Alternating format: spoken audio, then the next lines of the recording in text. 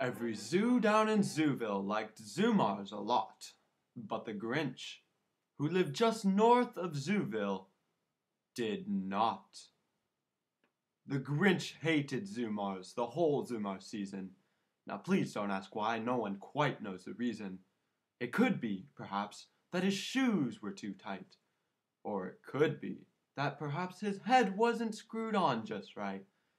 But I think that the most likely reason of all may have been that his heart was 2 sizes too small. They're getting their tickets. Tomorrow comes Santa. He's practically here. I must find a way to keep Santa from coming here. For tomorrow he knew all the ZOOMARS girls and boys would get there early. They'd ask for new toys. And then the noise. Oh, the noise, noise, noise. That's one thing he hated, noise.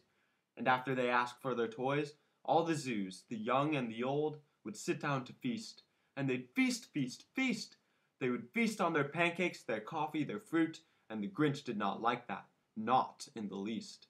He knew he must plan a devious trick so they couldn't have breakfast with good old Saint Nick. I must stop this whole thing.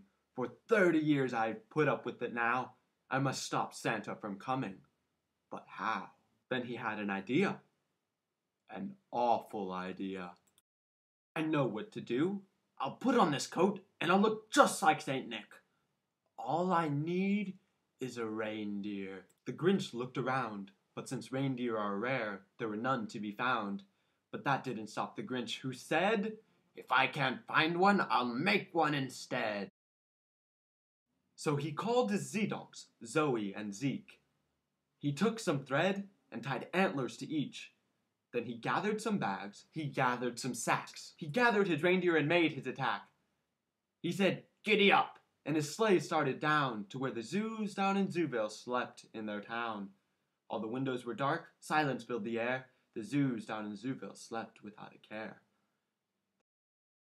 The Grinch crept stealthily throughout the town as he stole guinea pigs black, white, and brown.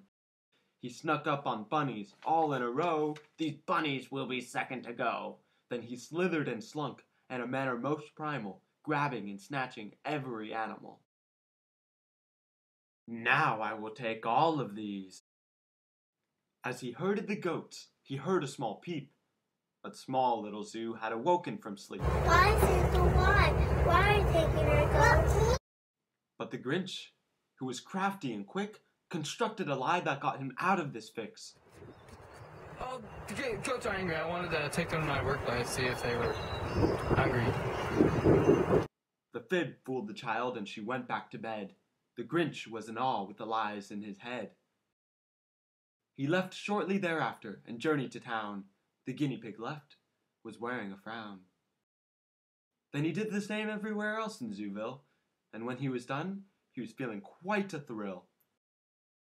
He climbed his way up to the top of Mount Crumpets. He climbed to the top with his bag to dump it. "They're just waking up. I know what they'll do. They'll lift up their heads and cry, 'Boo-hoo-hoo!' That's a noise I simply must hear." And he put his hand up to his ear. But the sound wasn't sad. Why, this sounded happy. All the zoos down at ZOOMARS must be singing and clapping. He hadn't stopped Santa from coming. He still came. Along with Mrs. Claus, the Kelly boys, with their lead singer, James. How could it be so? He came without animals or presents to share. In his confusion, he was pulling his hair. Maybe Santa doesn't need a store. Maybe Santa means something more. And what happened then? Well, at ZOOMARS, they say, the Grinch's small heart grew 3 sizes that day. And when his heart had finally stopped growing, he returned the animals, even the rooster that stopped crowing. He brought back the toys, he brought back the beasts, and he himself joined in on the feast.